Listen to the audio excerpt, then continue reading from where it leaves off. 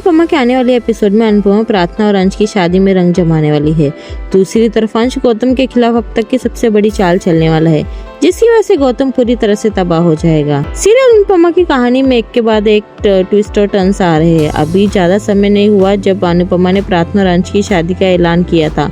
इस समय हाउस में प्रार्थना और अंश की शादी की रस्में निभाई जा रही है। सीरियल अनुपमा में अब तक आपने देखा प्रार्थना और अंश की शादी की रस्म में सांप सीढ़ी खेलते हुए नजर आते हैं। इस दौरान अंश ऐलान करता है कि वो प्रार्थना के बच्चे को वनराज की तरह नजरअंदाज नहीं करने वाला है। इस दौरान अंश अनुपमा की तारीफ करेगा। सरिता ताई को अचानक ही कुछ रुपए की जरूरत पड़ जाती है। इसी बीच सीरियल अनुपमा की कहानी में एक के बाद एक ट्विस्ट और टर्न्स आने वाले हैं। जल्द ही सीरियल अनुपमा में पराग, प्रार्थना और अंश की शादी में पहुंच जाएगा। पराग शाह परिवार के साथ प्रार्थना और अंश की शादी का जश्न मनाएगा। वही गौतम चोरी छुपे दूल्हा बनने की कोशिश करेगा। इस चक्कर में गौतम अंश को किडनैप करने वाला है। अंश जैसे तैसे गौतम के चंगुल से निकलकर बाहर आ जाएगा। आते ही अंश परिवार के लोगों को बताएगा कि दूल्हा कोई और नहीं बल्कि गौतम है।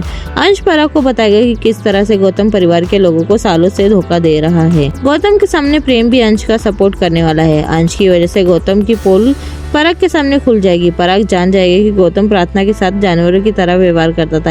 ऐसे में पराग पछतावे की आग में जलेगा। पराग और अंश की वजह से गौतम अपने मकसद में कामयाब नहीं हो पाएगा। ऐसे में गौतम प्रार्थना को हमेशा के लिए खो देगा।